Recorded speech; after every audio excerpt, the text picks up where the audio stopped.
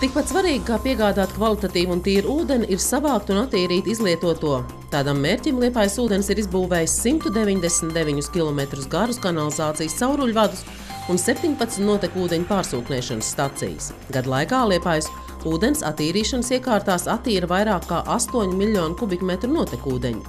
Kanalizācijas un notekūdeņu sistēma ir visai sarežģīta. Lai visus notekūdeņus pārsūknētu un novadītu līdz attīrīšanas iekārtām, ir nepieciešamas sūkņu stacijas. Tā pa vienkāršo sakot, ja dzeramo ūdeni mums piegādā ar spiedienu un līdz krānam, tad notekūdeņi tek pašplūsmā.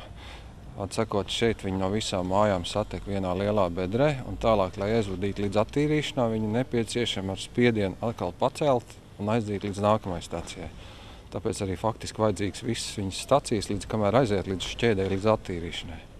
Vairums no kanalizācijas sūkņu stacijām ir sakārtotas un modernizētas. No gada sākuma darbi norit arī kanalizācijas sūkņu stacijās Mirdzes ķempes ielā 3B un Klepēdas ielā 120A.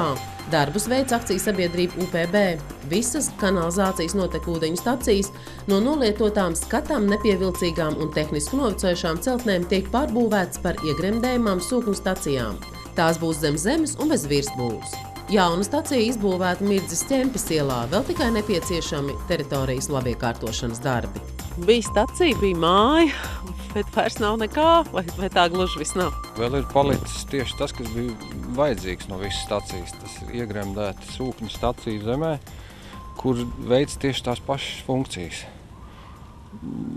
Protams, mums ir daudz ērtāk, kad nav vairs māja. Nav vajadzīgi lielie jumtu remonti, sienu remonti. Mums ir palicis tieši tas, kas ir vajadzīgs, lai nodrošinātu notekūdeņu aizvadīšanu prom no šī rajona.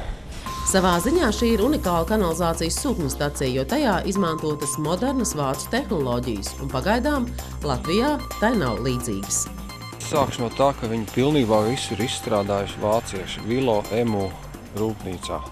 Viņa ir īpatnēja ar to, ka faktiski grūži, kas ir notekūdeņos, nenonāk pat līdz sūkņiem. Viņi tiek atseparēti speciālā separācijas kamerā un tālāk jau ar spiedienu aizdīt tālāk prom. Teorētiski varētu būt drošāka stacija, bet kā vācu doma sadzīvos ar mūsu vietējiem apstākļiem, to rādīs laiks. Diemžēl kanalizācijas notekūdeņos bieži vien gadās priekšmeti, kuriem tur nevajadzētu būt. Man lielākā jāsaka, lieta, ko es savām acīm esmu redzējis, bet tas ir pie lielākās stacijas mūsu, kas ir bijusi, ir automašīnas aizmugurējais sēdeklis. Protams, caurule arī ir 1,5 metra diametrā, bet tā ir pagaidām lielākā.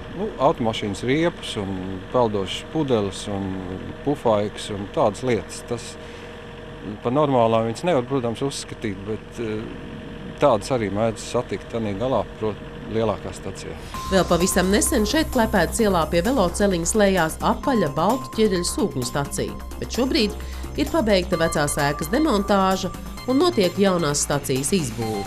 Šita darbi vēl notiks labiekārtošanas darbi, būs, varētu teikt, viens līdzenis laukums.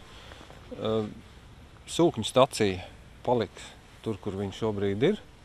Viņa darīs tieši to pašu savu darbu, ko darīja līdz šim, tikai nebūs nevajadzīgās lielās ēkas. Te ir liela bedre, 2 sūkņi iekšā, bedre uzpildās, sūkņi aizsūknē prom. Tas arī viss.